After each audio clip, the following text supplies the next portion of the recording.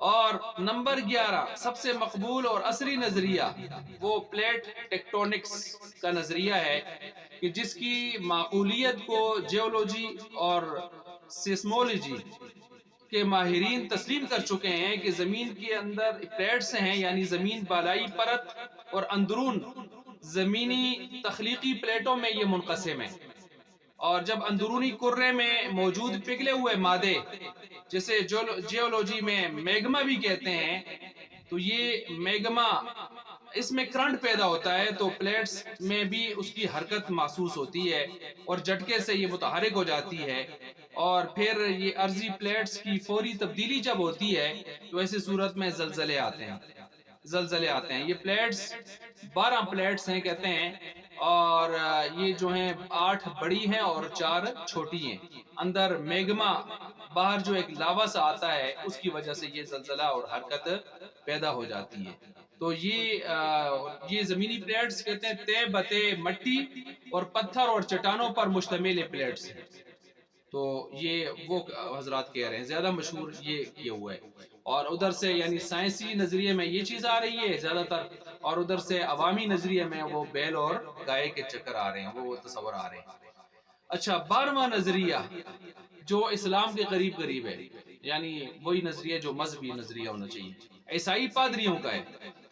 تو عیسائی پادری وہ کہتے تھے کہ اللہ کے باغی اور گناہگار ان کے لیے یہ اجتماعی سزا کا ایک عمل ہے جو اللہ کی طرف سے کبھی کبھی دہرایا جاتا ہے، اور وہ کہتے ہیں کہ اگر یہ قدرتی زلزلے ہوں تو ٹیکٹونک کہلاتے ہیں، اور انسانوں کا عمل دخل ہو تو نان ٹیکٹونک ہوتا ہے پھر۔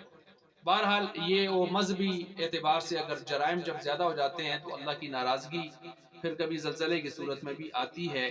یہ 12واں نظریہ ہمارے سامنے آیا۔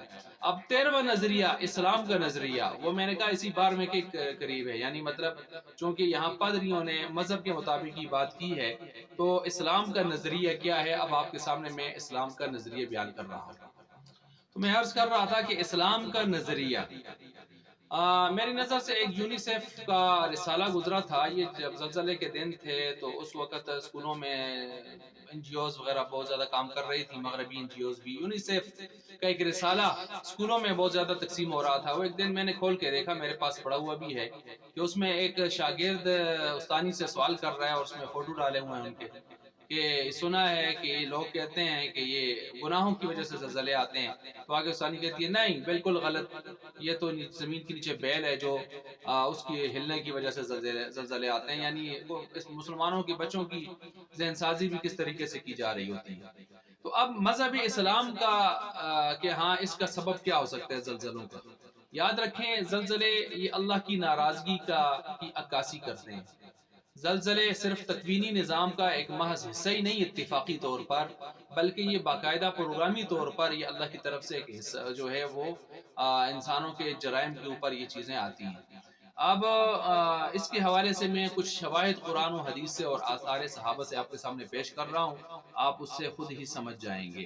اب یہاں پر ایک بات یاد رکھیں کہ یہ جو باقی اقوال میں نے آپ کے سامنے پیش کیے ہیں، خاص کر 12ویں کو چھوڑ کر باقی 11 اقوال، تو وہ ان کا خلاصہ بھی اگر دیکھیں، اگر وہ بھی سبب بنے تو پھر بھی وہ سبب کیوں بنتے ہیں؟ ان کے پیچھے اللہ کی ناراضگی ہوتی ہے، چلیں اگر ان کو درست مان بھی لیں تو 2 منٹ کے لیے فرض کر لیں، لیکن اصل سبب وہ 12واں جو انہوں نے بتایا اور جو اسلام کا یہ نظریہ ہے وہ یہی ہے کہ جب انسانوں کے جرائم، ان کی طرف سے مظالم، زیادتیاں، گناہ حد سے بڑھتے ہیں تو پھر اللہ کا غصہ ان پر جو ہے متوجہ ہوتا ہے، اور پھر اس غصے کی جو صورتیں ہیں اظہار کی، ان میں سے ایک صورت زلزلہ کی بھی ہے۔ مثلا دیکھ لیں قرآن کریم میں سورہ حج کو اگر آپ اٹھائیں بالکل شروع سے، یا ایھا الناس اتقوا ربکم ان زلزلۃ الساعۃ شیء عظیم، اللہ تعالیٰ نے تقوی کا حکم دیا ہے، بچنے کا، ڈرنے کا، ڈر رکھنے کا، خوف رکھنے کا، بچنے کا حکم دیا ہے، تقوی کا حکم دیا ہے، ساتھ ہی زلزلے کا ذکر بھی فرمایا ہے۔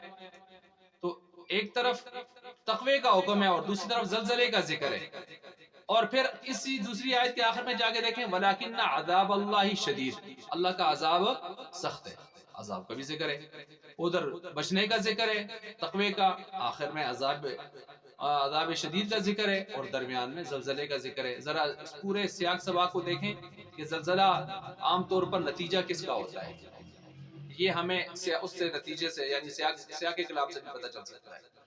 اسی طرح اگر آپ قرآن کریم کی سورہ زلزال کو دیکھیں، اذا زلزلت الارض زلزالها، زلزلے کا ذکر آیا، اس کے بعد آگے چلتے چلتے آپ دیکھیں لیروا اعمالهم، تاکہ لوگ دیکھیں اپنے اعمال کو، اپنے اعمال کی طرف نظر کریں.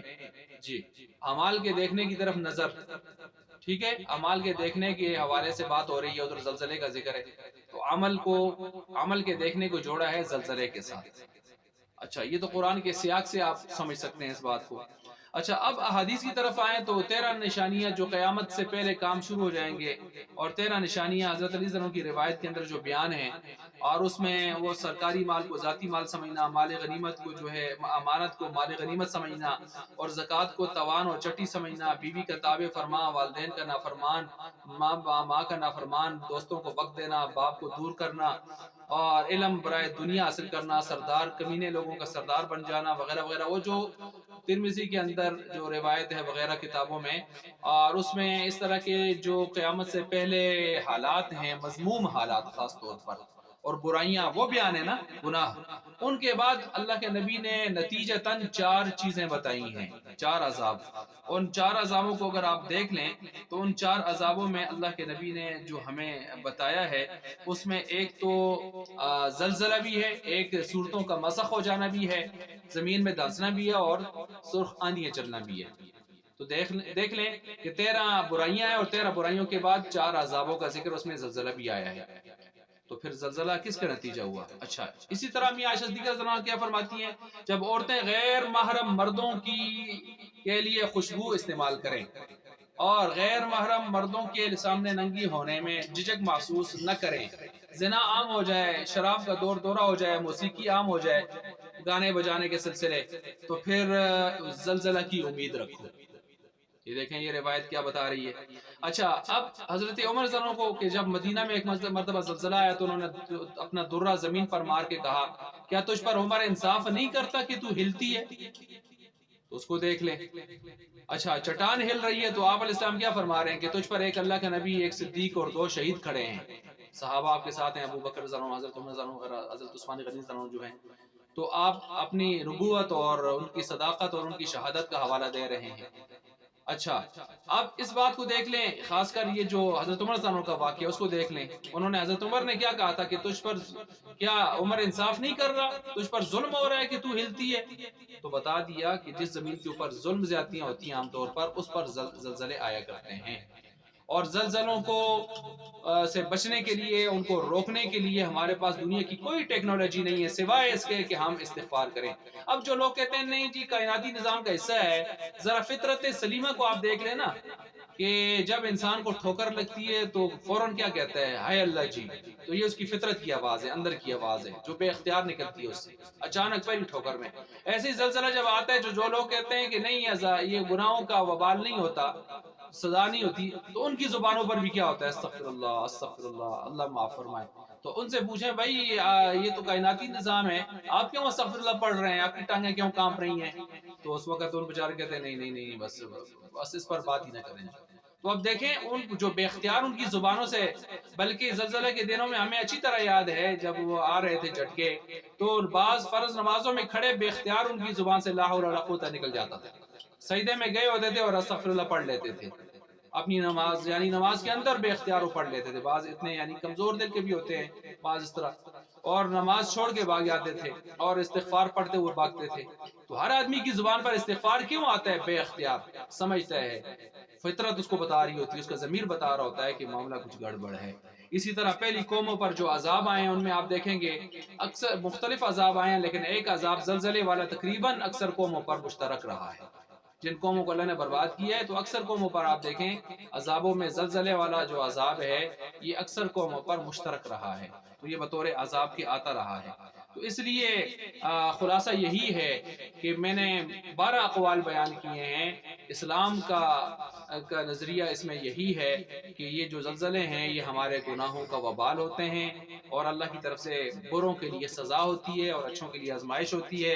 دنیا میں بس اوقات اچھے بھی ساتھ چلے جاتے ہیں، اور آپ علیہ السلام نے فرمایا تھا کہ اچھے بھی جو ساتھ چلے جاتے ہیں تو آخرت میں یبعثون علی نیاتہم، اپنی نیتوں کے اوپر اٹھائے جائیں گے۔ اگر اچھائی پر گئے ہیں تو اچھائی پر اٹھائے جائیں گے، برائی پر گئے ہیں تو برائی پر اٹھائے جائیں گے۔ باقی دنیا میں ہمیں کیسے پتہ چلے کہ یہ اللہ کا عذاب تھا ہمارے لیے یا کیا تھا، جو ہے آزمائش تھی؟ تو اس کا آسان سا جواب جو ہے وہ یہی ہے کہ ہر آدمی اپنے گریبان میں جھانکے کہ آیا اس کے اوپر یہ عذاب بن کر آیا تھا یا اس کے لیے آزمائش بن کر آئی تھی۔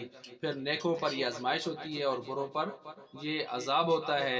اور پھر دوسری بات یہ ہے کہ اگر اس مصیبت کے آنے کے بعد آدمی کے حال سدھر جائے، انقلاب آ جائے زندگی میں، اور نظر ثانی کر لے اپنی زندگی کی طرف، تو اس کا مطلب یہ ہے کہ اس کے لیے اصلاح اور آزمائش تھی۔ اور اگر مزید بگڑتا چلا جا رہا ہے تو پھر یاد رکھے کہ اللہ کا عذاب اور زیادہ سخت اس پر آ جائے گا، آنے کو ہے، کیونکہ یہ جب پہلی مرتبہ یہ نہیں سمجھا اور اس کو مہلت بھی دی گئی، تو پھر اس کے بعد اگلا جو مرحلہ ہوگا وہ اس سے بھی زیادہ سنگین ہو سکتا ہے۔ تو بہرحال یہ چند چیزیں تھیں جو میں نے آپ کے سامنے رکھنی تھی اس حوالے سے۔ اللہ تبارک و تعالیٰ سمجھنے کی عمل کرنے کی توفیق عطا فرمائے۔